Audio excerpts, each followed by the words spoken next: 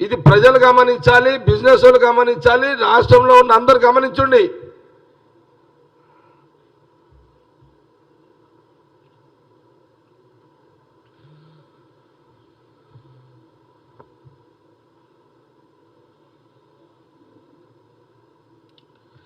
కాబట్టి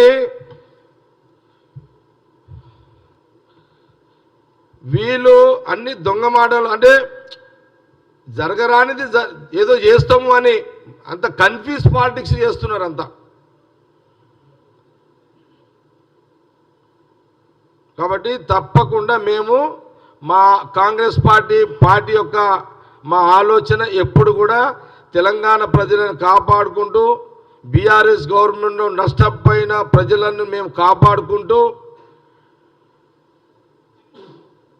ఈ 5 ఏళ్ళు ప్రభుత్వాన్ని పరిపాలిస్తూ వచ్చే 5 ఏళ్ళు కూడా మా ప్రభుత్వం ఉండే ఒక ఆలోచనతో మేము అడుగులు వేస్తున్నాము. ఇది సీఎం రేవంత్ రెడ్డి అట్లాగే ఎంటైర్ క్యాబినెట్ యోధులు మా దగ్గర మంత్రులు ఉన్నారు.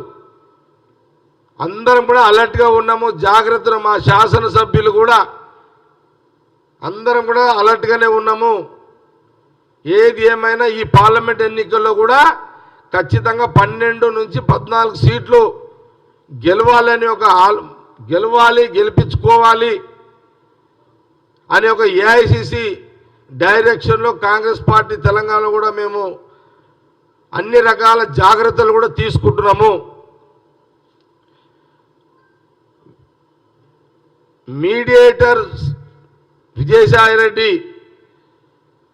అన్న మాటలకు, గతంలో కేటీఆర్ అన్న మాటలకు, ఇటు జగన్ కానివ్వండి అటు కేసీఆర్ చేసిన కుట్రలను తిప్పి కొట్టే కుట్రలు కూడా మీకు తిప్పి కొడతాం. మీ దాన్ని వీలైనంత త్వరగా మీ 20 మంది ఎమ్మెల్యేలు మేము లేపబోతున్నాము.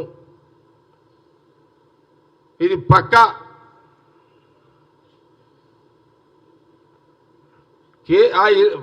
మీ ఎమ్మెల్యేలు కేసీఆర్ పక్కకు వండుకున్నా సరే లేపుకొస్తాం మేము.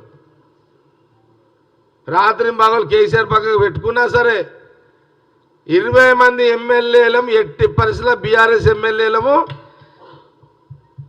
తప్పకుండా కాంగ్రెస్లోకి వస్తున్నారు. ఇది మీకు ఇక మీరు మాకు పెడతారో మేము మీకు పెడతామో చూసుకోండి. ఇక మీకు బాగా ఫగర్ వచ్చింది మీకు.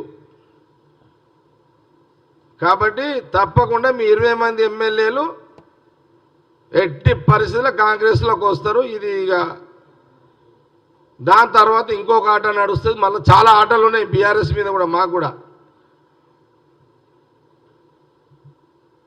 ఓకే.